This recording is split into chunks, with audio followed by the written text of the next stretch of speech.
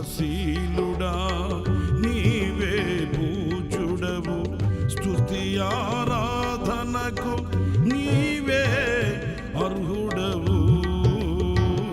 సత్య ప్రమాణముతో శాశ్వత కృపనిచ్చి నీ ప్రియుని స్వాస్థ్యము నాకిచ్చితివే. యేసయ్యా నీ సంకల్పమే ఇది నాపై నీకున్న అనురాగమే. యేసయ్యా నీ సంకల్పమే ఇది నాపై నీకున్న అనురాగమే.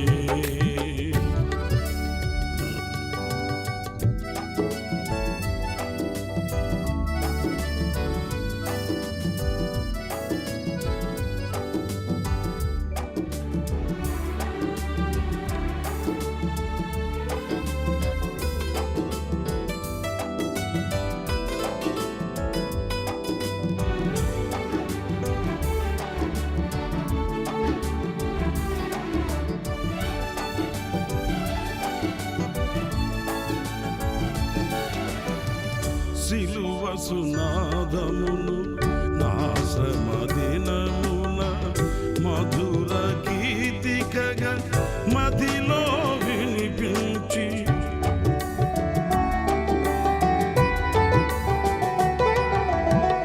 సిలువ సునాదమును నా శ్రమ దినమున మధుర గీతికగా మదిలో వినిపించి, సిలువలో దాగిన సర్వ సంపదలిచ్చి కాంతిమయముగా కనపరచితివే నీ ఆత్మశక్తితో.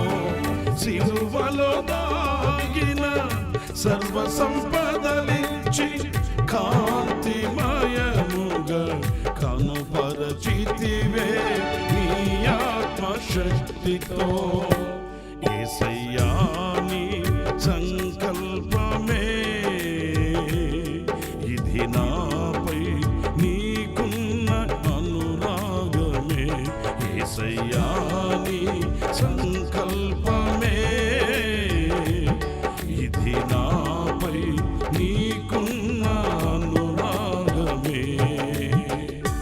సద్గుణశీలుడా నీవే పూజుడవు, స్తుతి ఆరాధనకు నీవే అర్హుడవు. సత్య ప్రమాణముతో శాశ్వత కృపనిచ్చి నీ ప్రియుని స్వాస్థ్యము నాకిచ్చితివే. యేసయ్యా నీ సంకల్పమే ఇది నాపై నీకున్న అనురాగమే.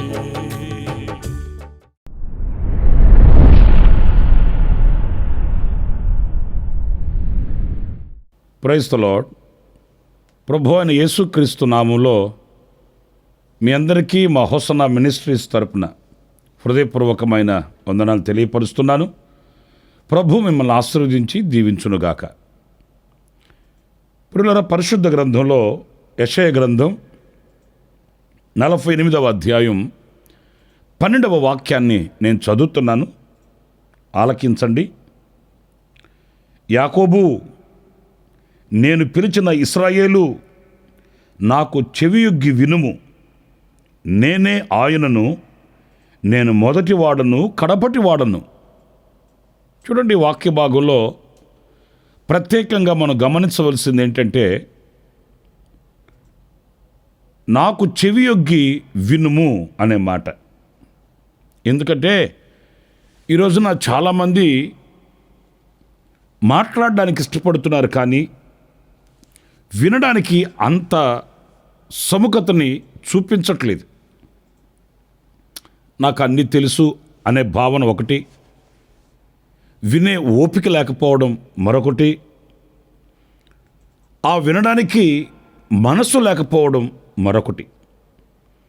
ఇలాంటి అనుభవాలలో దేవుని మాట వినడం కానీ, దేవుని వాక్యాన్ని వినడం కానీ, ఆ వాక్యానికి మనసు పెట్టి ఆలకించడం కానీ ఈ రోజున కష్టతరమైపోతుంది.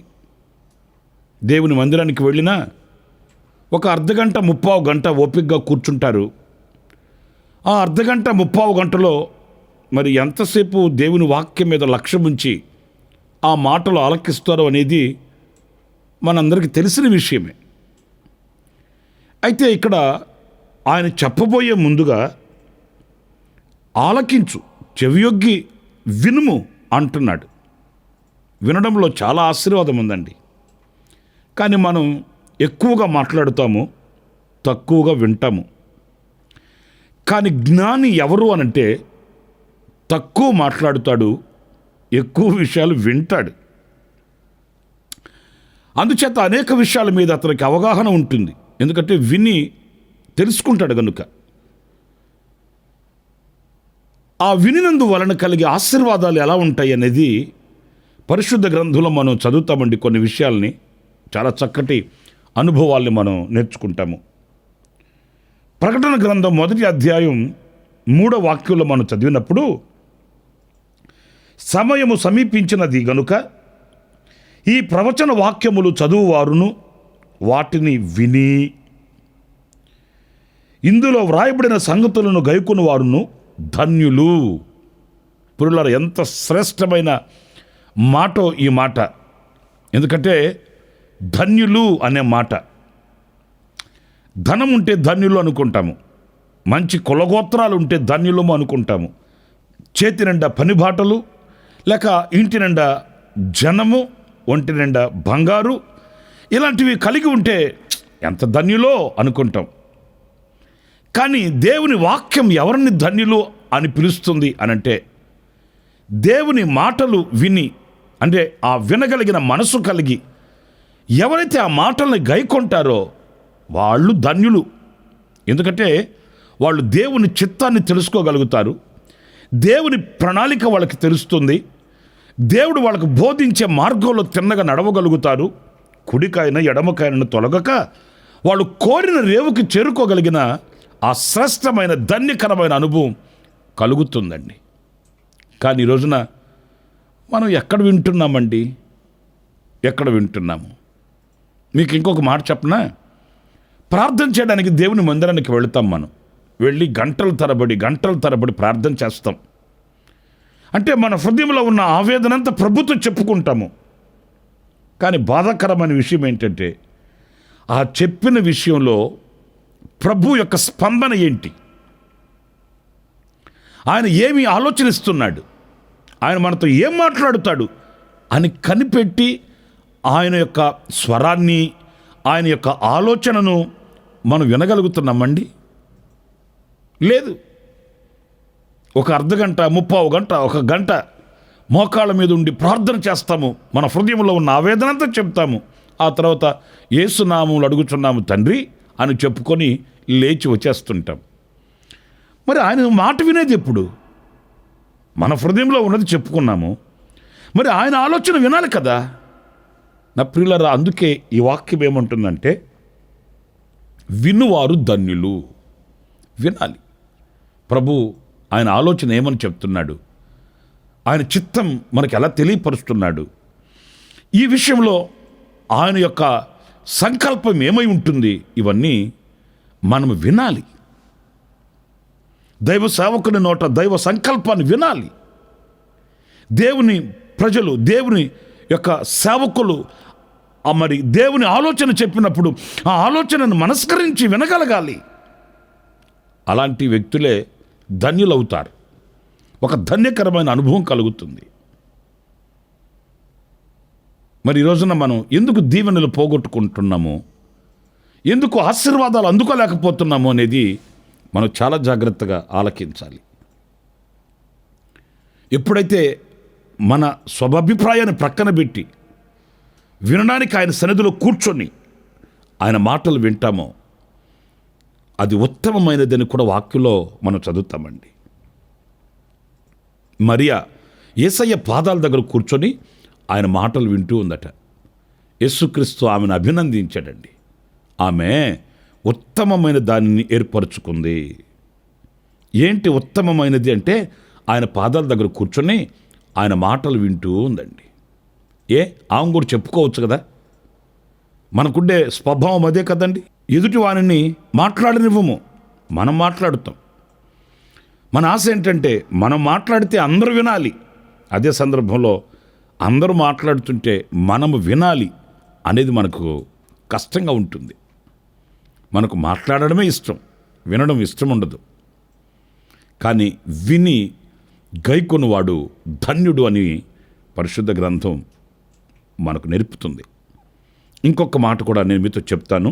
అదేంటంటే నిర్గమాకాండం 15వ అధ్యాయం 26వ వాక్యంలో మనం గమనించినప్పుడు, నీ దేవుడైన యెహోవా వాక్కును శ్రద్ధగా విని ఆయన దృష్టికి న్యాయమైనది చేసి ఆయన ఆజ్ఞలకు విధేయులై ఆయన కట్టడలన్నింటినీ అనుసరించి నడిచిన ఎడల నేను ఐగుప్తీయులకు కలుగు చేసిన రోగములలో ఏదియు మీకు రానియను, నిన్ను స్వస్థపరచు యెహోవాను నేనే అనెను.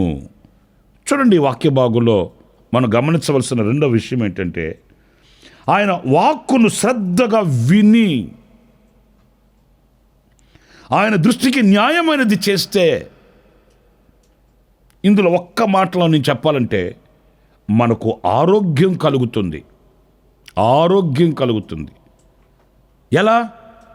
ఆయన మాట వింటే, వినాలండి. ఆ వినే ఒక అనుభవము ఒక ఆరోగ్యకరమైనదండి. ఆలోచిస్తున్నారండి? ఆరోగ్యకరమైన ఒక బ్రతుకు. ఐగుప్తీయులకు కలిగిన ఏ బలహీనత, ఏ రోగము మీ మీదకి రానివ్వను అన్నాడు. నేను అంటాను, అయినా ఐగుప్తీయులకి ఎందుకు రోగం వచ్చింది? ఐగుప్తులో ఎందుకు రోగాలు కలిగాయి? మనం లేఖనాల్లో మనం చదువుతాము. ఎందుకు అక్కడ రోగాలు కలిగాయి, ఇబ్బందులు కలిగాయి, నష్టం కలిగిందంటే మాట వినకే. వాళ్ళు మాట వినలేదండి. దేవుడు అద్భుతాలు చేసినా కూడా వాళ్ళు అంగీకరించలేదండి. అందుకే తెగుళ్ళు, అనర్థాలు, ఆవేదనలు, ఇబ్బందులు ఇవన్నీ ఐగుప్తీయులకు కలిగాయి. ఎందుకు కలిగాయి అంటే వినక. ఇప్పుడు ఆయన చెప్తున్నది ఏంటంటే, మీరైనా కూడా నా మాట వింటే ఆరోగ్యకరంగా ఉండగలుగుతారు. మాట వినక పెడచెవిని పెట్టి అహంకారపు మత్తుతో, డబ్బు ఎత్తుతో మీరు తొలతొగుతూ ఉంటే మీకు కలిగేది వారికి కలిగిందే కదా. మన ఎదుట ఎంతోమందిని మనం చూస్తుంటామండి.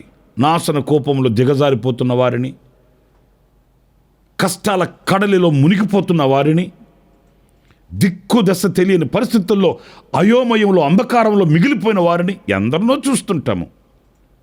ఎందుకు వాళ్ళు అలాగైపోయారు అనంటే మాట వినక. మరి మనం చేస్తున్నది ఏంటి? మనము అదే ధోరణిలో వెళుతున్నామా? మనం అదే మార్గాన్ని ఎంపిక చేసుకుంటున్నామా? మనము అదే శ్రేయస్సు అనుకొని మోసపోతున్నామా? ఇవన్నీ మనం అర్థం చేసుకోవాలి, మనం వివేచించుకోవాలి. ఆరోగ్యం కలుగుతుందట ఆయన మాట మనం వింటే. నా ప్రియమైన సహోదరులారా, ఒకవేళ ఆయన మాటకు ఎడముఖం పెడముఖం పెట్టి ఆయన మాటను ధిక్కరించి ఒకవేళ ఇంతవరకు దేవుని ఆరోగ్యకరమైనటువంటి రెక్కల నీడను విస్మరించి తిరుగుతూ ఉంటే, దేవుని మాటలో ఉన్న ఆశీర్వాదాన్ని పొందుకొని ఆరోగ్యకరమైన బ్రతకాలని దేవుని వాక్యం మరొకసారి మనల్ని హెచ్చరిస్తుంది. అంతేకాదండి, ఇంకొక మాట కూడా యెషయా గ్రంథం 55వ అధ్యాయం 3వ వాక్యంలో మనం చదువుతాము. చెవియొగ్గి నా యొద్దకు రండి, మీరు వినిన ఎడల మీరు బ్రతుకుదురు. ప్రియ సహోదరులారా చూడండి, మీరు వినిన ఎడల మీరు బ్రతుకుతారు. జీవం కలుగుతుందండి. వినుట వలన జీవం కలుగుతుంది. ఎన్ని దివ్యమైన ఆశీర్వాదాలు చూడండి వినే వ్యక్తికి. నా మాట వింటే మీరు బ్రతుకుతారు, జీవం గలవారవుతారు. నిజమే, ఈరోజు ఆ వినే స్వభావం లేక ఏ మార్గం అంటే ఆ మార్గాన్ని ఎంపిక చేసుకొని ఎటు వెళ్ళాలంటే అటు వెళ్ళదలిచి కీడులో కొంతమంది, అపాయములో కొంతమంది, ఉపద్రవాలలో కొంతమంది మరణపు కబంధ హస్తాలలోనికి వెళ్ళిపోతున్నారండి. ఆ మాట వినే ఆ స్వభావం లేక మృత్యువు వాళ్ళపై విజయాన్ని సాధిస్తుందండి.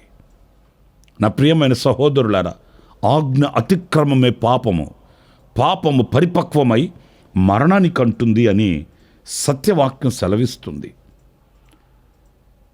దేవుని మాటను విని ఆ దిశగా మన అడుగులు వేయకపోవడమే పాపమండి. ఏదో నరహత్య చేస్తేనో, దొంగతనం చేస్తేనో, ఇంకొకటి చేస్తేనో కాదు, ఆయన మాటను వినకపోవడమే.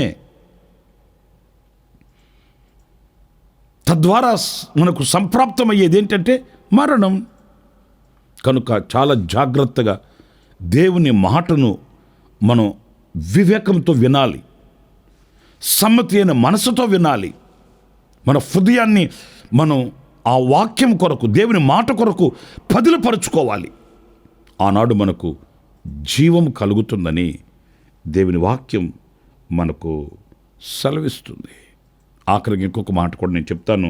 రోమపత్రిక 10వ అధ్యాయం 17వ వాక్యంలో మనం చదివినప్పుడు, కాగా వినుట వలన విశ్వాసము కలుగును, వినుట క్రీస్తును గూర్చిన మాట వలన కలుగును. యేసుక్రీస్తును గూర్చిన మాట విశ్వాసాన్ని కలుగ చేస్తుందట. ఏ విషయంలోనైనా, ఏ పరిస్థితులలోనైనా ఆయన మాట మనకు విశ్వాసాన్ని కలుగు చేస్తుంది. అపజయాలమయమైన బ్రతుకులో యేసుక్రీస్తు యొక్క మాట మనకు ఒక జీవార్థమైన విజయాన్ని కలుగు చేస్తుంది. ఆ మాట విశ్వాసపూరితమైన విజయాన్ని కలుగు చేస్తుంది. మరి ఈరోజు ఏ మాటలు వింటున్నాము? యేసయ్య మాట విను, జయం కలుగుతుంది, విశ్వాసం కలుగుతుంది. ఆ మాటలు వినడం వలన మన హృదయంలో వెలుగు కలుగుతుంది. లేఖనాల్లో మనం చదువుతామండి, ఆయనను గూర్చి విని వారు ఆయన ఎద్దుకు వెళ్ళి స్వస్థచిత్తులయ్యారు. ప్రభు వాళ్ళను అభినందించాడు. మీ విశ్వాసము మిమ్మల్ని స్వస్థపరిచింది అని ఆయన వారిని అభినందించాడు. ఎలా కలిగింది వాళ్ళకి విశ్వాసం? అంటే ఆయనను గూర్చి విన్నారు. నా ప్రియమైన సహోదరులారా, మనం కూడా వినుట వలన విశ్వాసం కలుగుతుంది. ఈ విశ్వాసాన్ని మనం కలిగిన వారమై ఉండాలి. నేను మీకు 4 విషయాలు చెప్తూ వచ్చాను. వినుట వలన మనం ధన్యులమవుతామని, వినుట వలన ఆరోగ్యం కలుగుతుందని, వినుట వలన జీవం కలుగుతుందని, వినుట వలన విశ్వాసము కలుగుతుందని మనం 4 విషయాలు నేర్చుకుంటూ వచ్చాము. మరి ఈ రోజున విని ఆ దేవుని ఆశీర్వాదాన్ని పొందుకునే విధేయులం మనం కావాలి. అలాంటి కృప దేవుడు మనందరికీ అనుగ్రహించునుగాక. ఆమేన్. చిన్న ప్రార్థన చేస్తాను. ఆశ్చర్యకరుడైన తండ్రి, జీవాధిపతి అయిన ప్రభువా, మీకు వందనాలు. నీవు గొప్ప దేవుడవు, మహోన్నతుడివి. నాయన, మీ మాట వినుట వలన కలిగే ఆశీర్వాదాలు ఎలాంటివి అనేది మేము లేఖనాలలోంచి కొన్ని విషయాలను ధ్యానించుకుంటూ వచ్చాము. అవును, వినుటలో ఎంతో దీవెన దాగి ఉంది. దానిని గ్రహించే కృపని మీరు మాకు అనుగ్రహించారు. నీ మాటలు వింటూ దీవెనలు పొందుకుంటూ నీకు సాక్షులమై మేము ఉండుటకు సహాయం చేయమని మమ్మల్ని ఒక్కొక్కరిని మీ చేతికి సమర్పించుకుంటూ యేసు నామములో ప్రార్థించి వేడుకొనుచున్నాను తండ్రి. ఆమెన్. ఆమెన్. ప్రభు మిమ్మల్ని దీవించి ఆశీర్వదించునుగాక. ఈ దినమంతా విశేషమైన కృప నా దేవుడు సమృద్ధిగా మీకు అనుగ్రహించునుగాక. ఆమెన్.